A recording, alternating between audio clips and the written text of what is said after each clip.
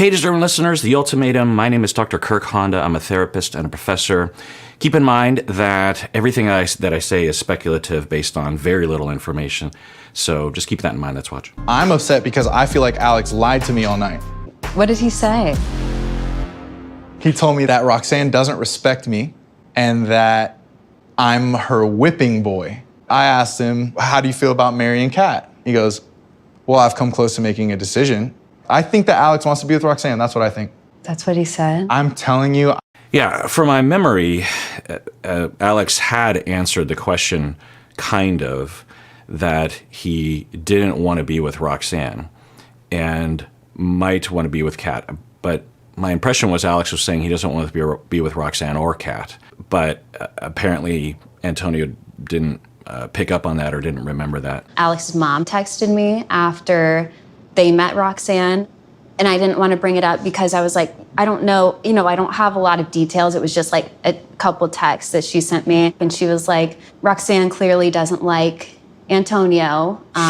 She said that she was too busy to... Okay, this is interesting. It's always interesting to hear about the back channel communication. So Alex's mom, and I didn't show these scenes, that Alex and Roxanne went to Alex's parents' place and they were talking. And yeah, the way that Roxanne was talking about Antonio was, if you didn't know the situation, but even if you did, it just looks like for Roxanne that Antonio would be the last person on earth that she would ever date. I mean, the way that she talks about him behind his back, and maybe even to his face, I don't know. But I was wondering if she always talks about Antonio this way, or she has just reached her limit with Antonio, and before she would be a lot more respectful and affectionate towards him, but she's just so annoyed with him. Or it was pretty clear that if Roxanne actually says at the end of the day, but I want to be with Antonio, I would have a lot of questions. I would say, well, do you like him for any reason? Is there any positives about his relationship, about him? So yeah, it was pretty clear to me just seeing the edit, and of course the parents heard a lot more. And so that's interesting that the mom was, she called Kat. So there's such a web here. So the mom knows Kat because Kat and Alex have been together for a long time. So the mom calls Kat and says, wow, Roxanne does not like Antonio. And why would maybe the mom was trying to reassure Kat and say, hey, well, no, wait, so it's such a web. I'm just trying to speculate as to what the motivation would be for the mom. Yeah, maybe the mom just cared about Antonio, even though she hadn't met Antonio, and says, hey, Kat, since you're hanging out with Antonio, maybe you should tell him that Roxanne is speaking extremely negatively and very dismissive. It's one thing for someone in Roxanne's position to just be like, oh, we just don't work together, or we fight all the time, those kind of general statements.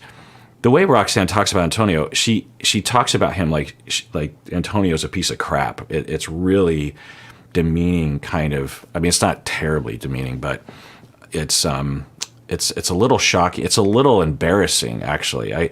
If I were in the room while Roxanne was talking about Antonio, I'd be like, oof, there's another way to say that. It comes across as so, I don't know, pompous and mean and harsh, right? Anyway, Kat is now telling Antonio what she heard, and okay, so if you're Antonio, I think it's interesting that Antonio, what's going on here with him? So he has some negative experiences, maybe trauma, with these other boyfriends that Roxanne has had during the time of the span of their relationship. I think they would have, breakups and da-da. And so that would be hard to hear. It'd be hard to have a breakup, but to go into denial about that, right? And again, maybe all those other guys were lying, and so he just applies that template to Alex. But now he has Kat and Alex's mom. And Alex's mom doesn't have, well, I guess Antonio, if he continues with this mindset, he would say, well, Alex's mom is just trying to advocate for Alex by telling you that Roxanne is saying those things when Roxanne never said those things, because Alex's mom is also trying to drive a wedge between me and Roxanne. And it also just makes me wonder, so I don't know if I show this clip, but they were talking about how Antonio is really into conspiracy theories and UFOs and whatnot. And for Kat, she was reporting to Roxanne. She's like, yeah, we spend a lot of time watching these long YouTube videos, and he's really excited about it. And we could imagine their dynamic where Kat's just being very nice and a people pleaser and going, oh, interesting. And Antonio's like very encouraged because Roxanne would often just blow him off. And so he has a childishness to him, which I'm not insulting him. I'm saying there's often an arrested development that will occur when you go through significant traumas as a child. It's not always the case, and it's of course not universal to his personality. He has a lot of parts of his personality that are adult in nature, but the way he talks and the way I think he lives his life, I think, is that of a 15-year-old who just stays in his room and plays video games all day and doesn't think about responsibility or interacting with other people. Anyway, so the way Roxanne was talking about the conspiracy theory, she's like, oh yeah, I hate that shit. And, you could imagine that being pretty annoying if someone in Antonio's position, just like the way a teenager might just be like, oh my God, you got to see this. And you're like, oh, here we go. Okay, that's interesting. And especially if you don't believe what's happening. Anyway, so they were talking about, and Kat was just talking about it like he's really into this thing without any kind of judgment. And then Roxanne was very judgmental. Roxanne's been through more of it, but they're different, personalities, Roxanne and Kat. Anyway, my point is that research shows that people who adhere to conspiracy theories, what we call conspiracy mindedness, these individuals are more likely to have insecure attachment and attachment injuries growing up. The hypothesis that I'm often testing or exploring with clients along these lines is that, and people don't come to me because they have conspiracy theory mindedness. They come to me for other reasons, and then I learn that they have that, and then I'm like, oh, because there's a lot of different types of attachment, security, and associations with that. For some people, when they're growing up, authority, their parents or whoever's in authority over them, will be shady or will be hurtful, will be deceptive, will gaslight, will be abusive, or maybe disappear for a few days because they have an addiction problem or something. Anyway, the experience from the child's point of view is that authority is never being straightforward. Authority can never be trusted. Authority is dangerous. And as a child, there's various different ways of coping with that. One of the ways is to become hypervigilant about assuming that authority, your parent, is always trying to deceive you. Because if you are hypervigilant about it, you might be able to catch signs and thus achieve more safety for yourself, right? I'm trying to think of an example. Like, say your dad is a psychopath and is often conning people out of their money and is frequently lying. And as a 7-year-old boy, you are still trying to get love and attention from him, and sometimes he is giving it to you. But then other times he will be lying to you about something. And so because you have this track record interacting with him, you have this hypervigilance, and you might go, oh, I think I hear a tone in his voice, or he is asking questions of me to try to get at my piggy bank. I don't know. It's just not a great analogy, but and so with that experience, you carry that with you into adulthood. And one of the ways it can manifest is that you become obsessed with conspiracy theories because it slots right into your schema that authority can't be trusted. You're in this constant state of fear and hypervigilance, and you believe that you have to pay attention for your own safety, right? It's not just like you believe in conspiracy theories and that the government is doing secret things behind closed doors. And granted, the government is doing secret things behind closed doors at times, and there are confirmed conspiracies that have happened. But the kinds of conspiracy theories that people have today, 99% of the time, there's no evidence. It's possible, but they're highly unlikely, especially when they involve, like the flat Earth conspiracy. It's just so laughable. You would have to, the metric that you always want to apply is how many human beings have to be working together to achieve this conspiracy.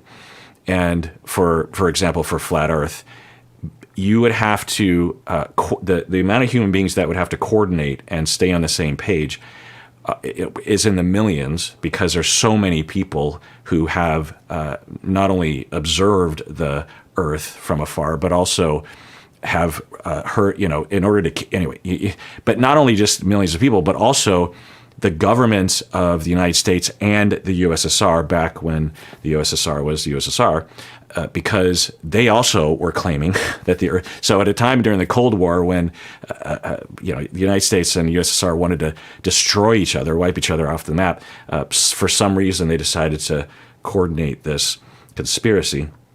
And then you've got to include all the sailors that sail all the time, because there's all these effects about sailing that have to do with the curvature of the Earth, and all the weather people, all the geologists. It's absurd.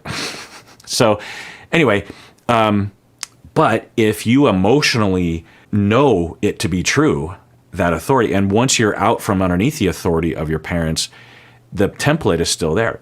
So for Antonio, I don't know, but I wonder, because there's a lot of things pointing at something's going on with him, some trauma that he's reliving on a daily basis. So I wonder how he's going to react here. To end it with you. I just can't believe that she would tell his parents that. He's a fucking liar. Mm-hmm. And his fucking... Well, they kind of edited that, but, so he's interpreting it as Alex told the mom, and of course the mom doesn't know, so she just believes. She tells Kat. The mom heard from Roxanne herself, and maybe Kat doesn't know that. Kat doesn't know why the mom said that, so that might have helped. But, it just seems inevitable that, well, at the very least, by now, Antonio has watched the show or heard about the show and has seen firsthand the way that Roxanne talks about him. I'm guessing they had to edit stuff out. There's only so much time to include on the show, so it's pretty awful the way that she talks about him. fucking parents are liars too. There is no reason for them to lie about that, Like, why would they make that up and tell me that? Maybe they want to tell you, oh, Roxanne doesn't like the man that she's with. She likes the man, your man. Do you think? So again, more of this conspiracy mindedness, but so what is he saying? Maybe what? Let me rewind that. Like, why would they make that up and tell me that? Maybe they want to tell you, oh, Roxanne doesn't like the man that she's with. She likes the man, your man. Oh, okay. So he's saying that Alex's parents are lying because they're trying to motivate Kat to be jealous so that Kat will run to want to be with Alex. I think that's what he's saying. I mean, right? Yeah, we can clearly see the mindset that would lead down a number of YouTube rabbit holes. Do you think that's what they meant? Why the fuck else would they tell you that? I guess because I know them so well. They didn't pull that out of their ass. We're seeing a rare assertive Kat here right now. She's not backing down and being very nice about it. So maybe it'll get through to him. She said he didn't open the door for her, like the car door and stuff. She didn't trust him because he says he opens the car door, but then he doesn't actually open the car door, like dumb stuff, it makes no sense. Yeah, there was that, and I remember thinking, that sounds a little iffy when Roxanne was complaining, because Roxanne was saying, I asked him, are you okay? You claim that you're this romantic, great partner, and I asked you if you would open the car door, and he said, yeah, I do it all the time. And Roxanne saying, he's never done it for me. He's never opened the car door for me. And I'm thinking, okay, maybe something's going on there. But there were other examples that Roxanne had. I mean, she listed like a dozen major accusations, and Kat was kind of agreeing with them. They were both agreeing that he lies compulsively and never admits that he's wrong. The car door thing. So it seems Kat is it's so interesting that we had two couples that have a very similar dynamic, where you basically have two unassertive people pleasers with two more self-centered, hurtful people. And we don't know about Roxanne. Maybe she is very good at identifying her own flaws. There are people like that, where they're very boisterous and very extroverted and can be harsh, which isn't good. And they can absolutely, at the end of the day, go, yeah, I was too harsh. I have big problems, that kind of thing. So we don't know that about her. It's hard to see, but it's possible. But we're hearing from two people talking about Alex anyway, that he doesn't talk about his own faults or his own responsibilities in things.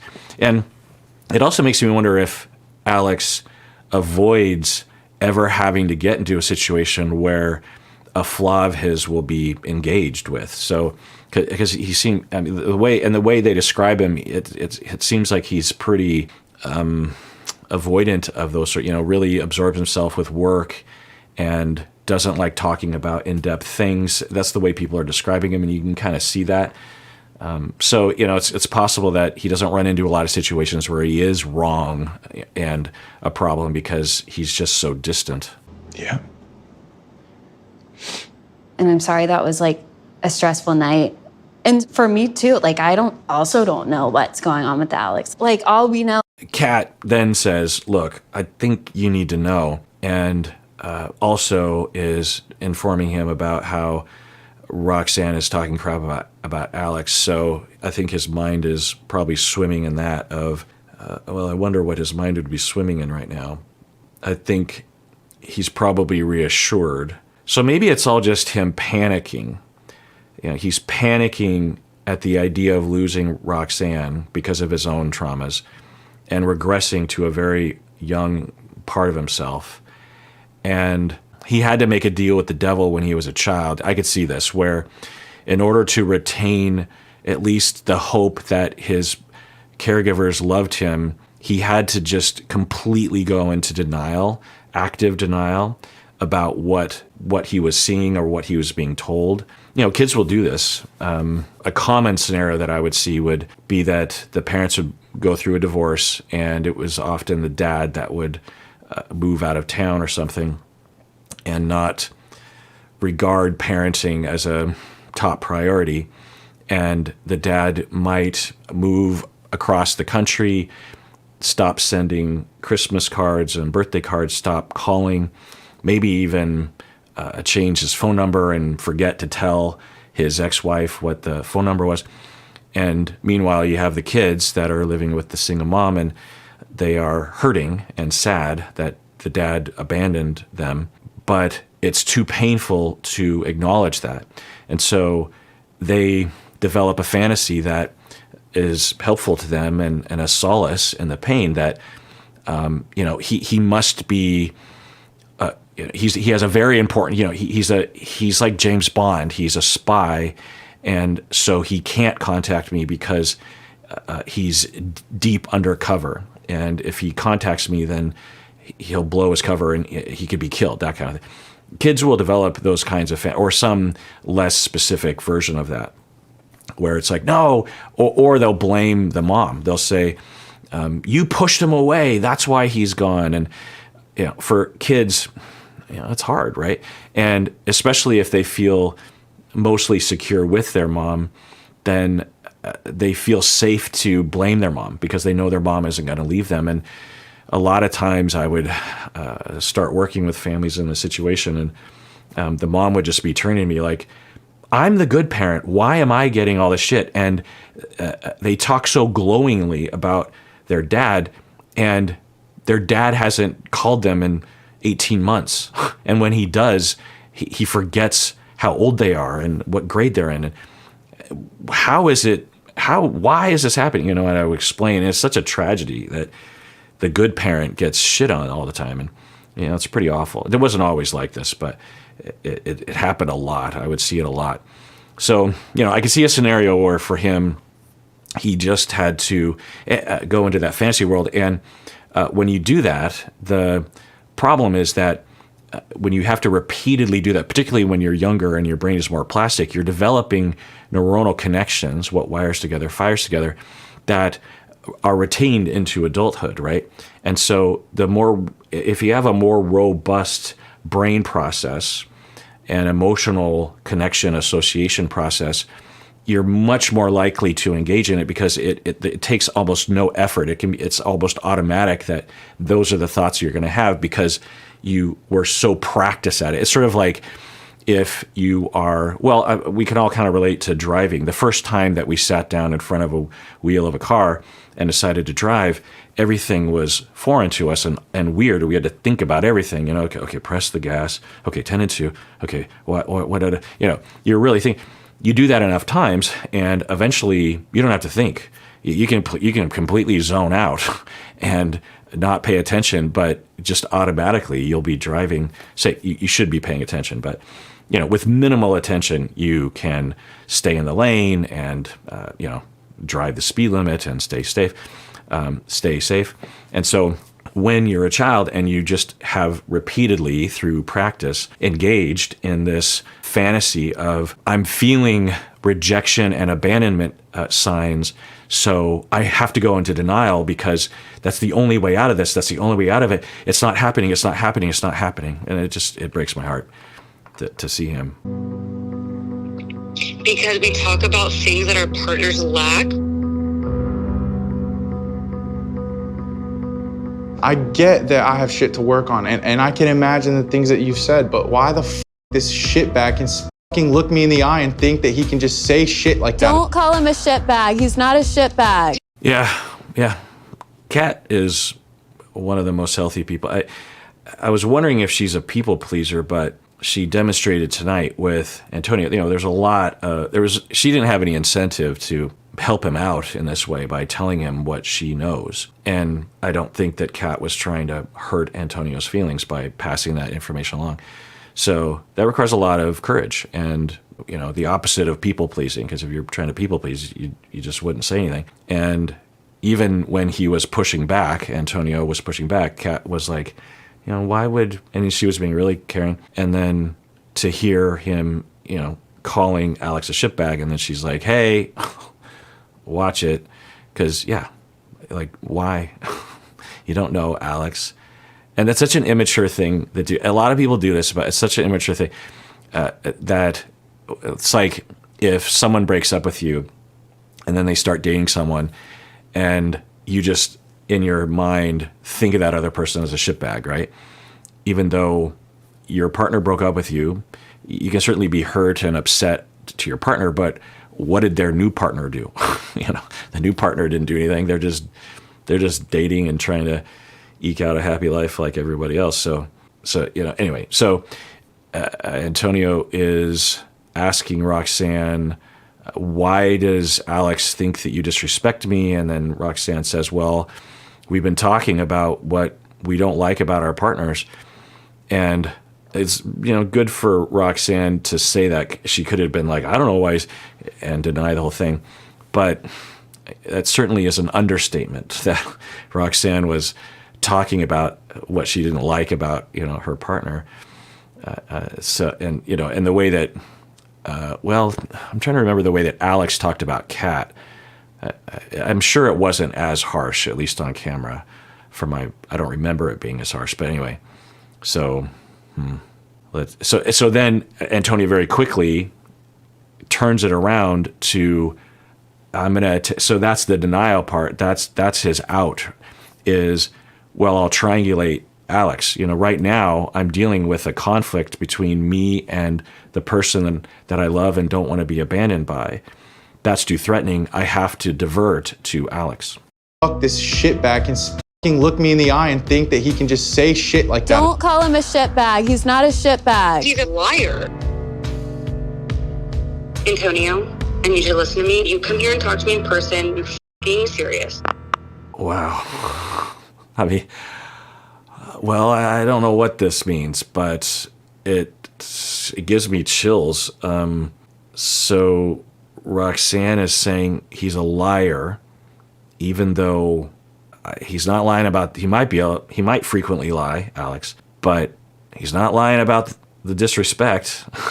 Alex's mom saw how much Roxanne disrespects Antonio and told Kat about, it's I'm sure all the audience is just like, whoa, you're pretty mean. So presumably Roxanne is somewhat aware of that.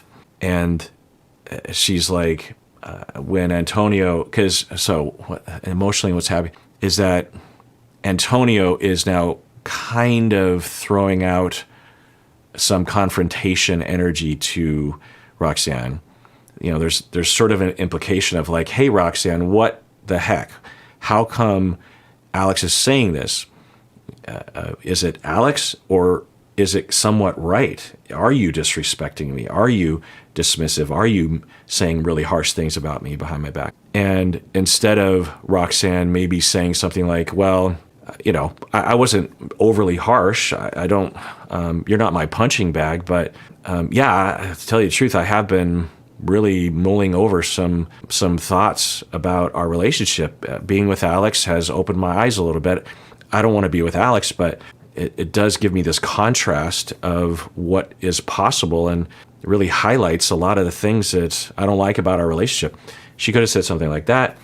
She could have said something like, yeah, I probably did say some harsh things, and I guess people are observing that, but I think they're exaggerating. There's a lot of different responses. Instead, she says, Alex is a liar, and then you need to come over here right now, click.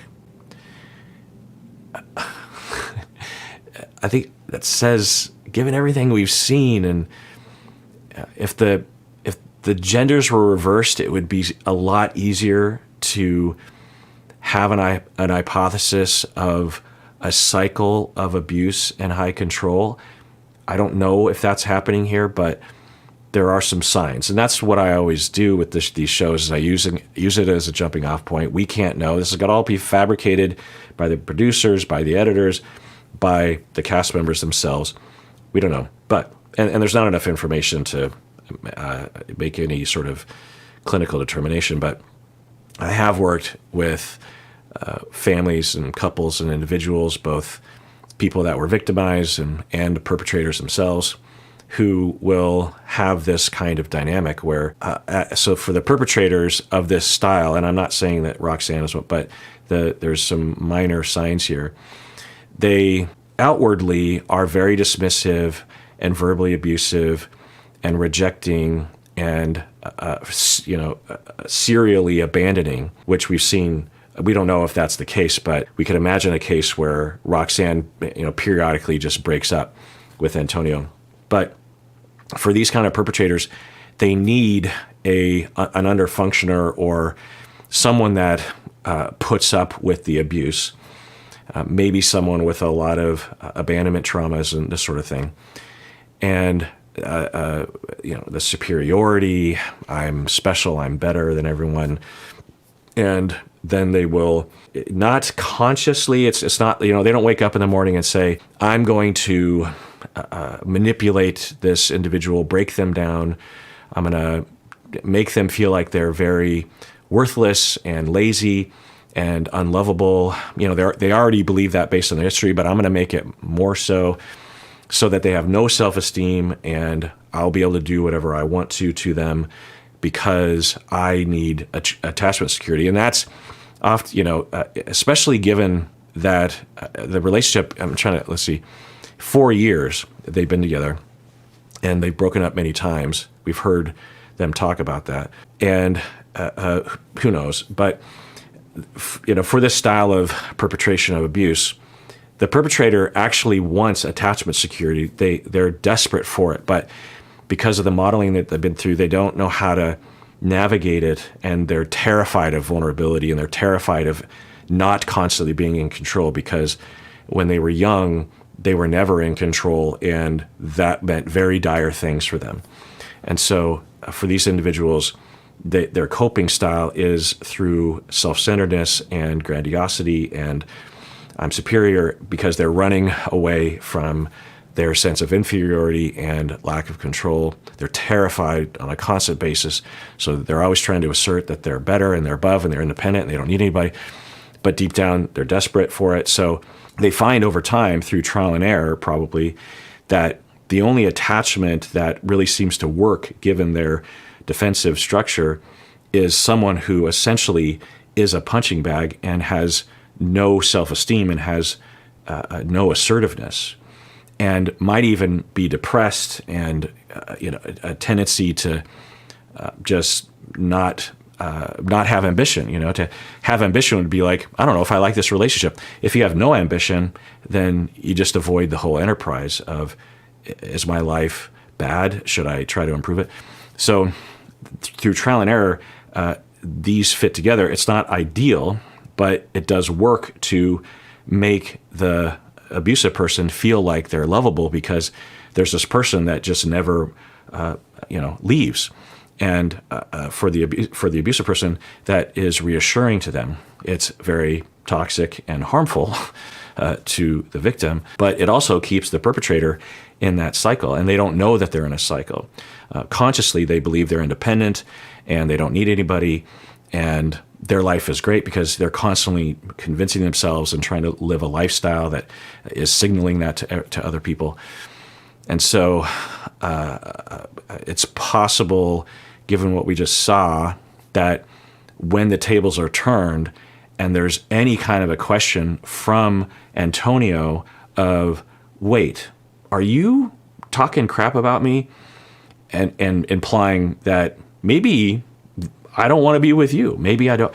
Then that attachment insecurity kicks in for the person up here, and they realize, oh, I'm going to lose this person. I have to change my approach here, or I have to convince that person to stay with me.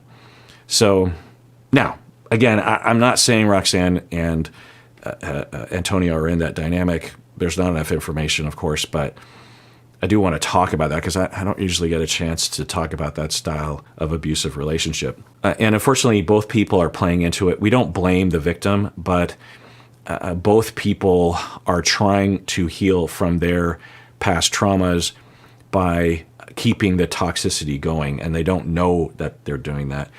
Anyway, so the kicker will be that if he actually does, when he does talk to Roxanne, what does Roxanne say? Because if Roxanne says, look, I have to level with you, I don't know if I want to be with you, then that is counter to what I'm talking about, the hypothesis.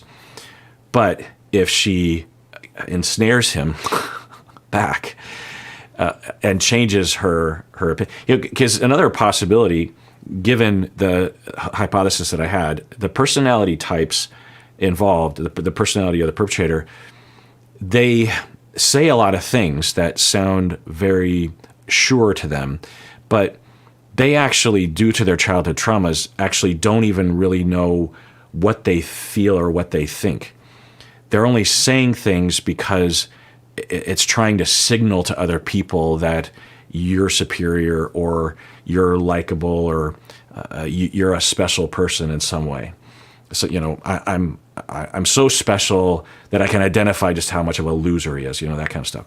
And by comparison, I'm not a loser because I'm very special and I'm very successful. That's kind of messaging.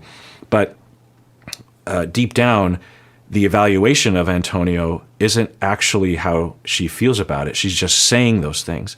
And so if Roxanne were to rescind that and say, I love you, I don't want to lose you, and I never said those things, I don't believe those things, then it wouldn't necessarily be a lie, because for these individuals, they, again, due to their childhood traumas and due to the constant treadmill that they're on regarding impressing other people, they actually don't know what they think or what they feel because they were never allowed the space to get to know that.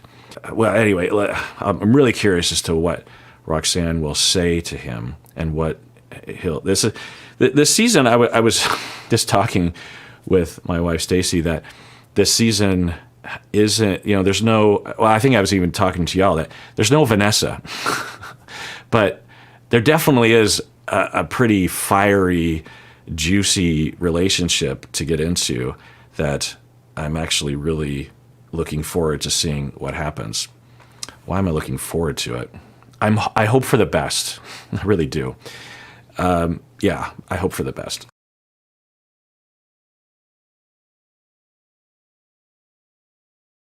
Okay, so it looks like he's running to be with Roxanne. And yeah, I think that the show is maybe implying that this is some sort of betrayal to Kat. I don't think that Kat would feel betrayed. If anything, she's like, okay, good, he's gone, and I can sleep in peace or something. I mean, maybe not harsh like that, but at the very least, like, hey, if he feels like he has to talk to Roxanne, go for it.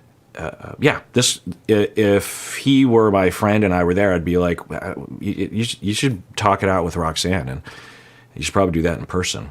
Now, I don't, well, and she did say come over. So at the very least, they're going to have an in-person conversation, and that will potentially help. But if we see it go in the direction of, I don't know what label to put to it, concerning, then that's going to be hard to watch. So I hope that doesn't happen. All right, well, if you like what we do on this channel, you can support us in a very real way by becoming a member of the YouTube channel by clicking the join button below, or if you don't see that, there should be a link in the description. And when you become a member, to be practical, it's money that is given to us so that we can pay our bills, so that we don't have to do other kinds of work, which would take away from the time that this sort of thing requires. And I'm really trying to get the membership community up and running. There's a good group of people now, which is really great. It's just great to feel like there's a smaller, there's a lot of people out there on the internet, and sometimes it can be a little overwhelming for me. And when I have more frequent contact with members, it just feels more, safe, I guess, and connecting. So I'm trying to do that, and also having exclusive videos for members and polls for members and conversations with members, because there's a lot of things to talk about, and I'm really interested in everyone's experience or opinions or thoughts on things. And so there's just, that's what I want to do. I have that on Patreon already. I've been doing that for 8 years, and that's been really great to have a community over there. You could do both or either or neither, up to you. And by the way, for the patrons, what I've always done is the audio deep dives are for the patrons. And then what I added was for the YouTube members, then there will be exclusive videos for the members. So there's not really a way to give everything to both groups of people because of login things, but you need an account because they're different websites. And anyway, so if you want both, then you become a patron and a member, which seems like overkill. But in some ways, it makes sense because I spend a lot of time on the deep dives, and thus want to have a back and forth with the patrons in that way. And right now, since there's not very many members, because we just started, the exclusive videos are, they're not very frequent, and I spend some time on them, but not like a ton of time, not like I do with the deep dives on Patreon. However, if the membership program becomes more robust on YouTube, then that would justify me spending more time and pulling time away from other things to dedicate time to, maybe making an exclusive video more frequently, or deeper dives into something, or I don't know. It just depends on what people want me to do. And everyone, please take care of yourself, because you deserve it. You really, really do.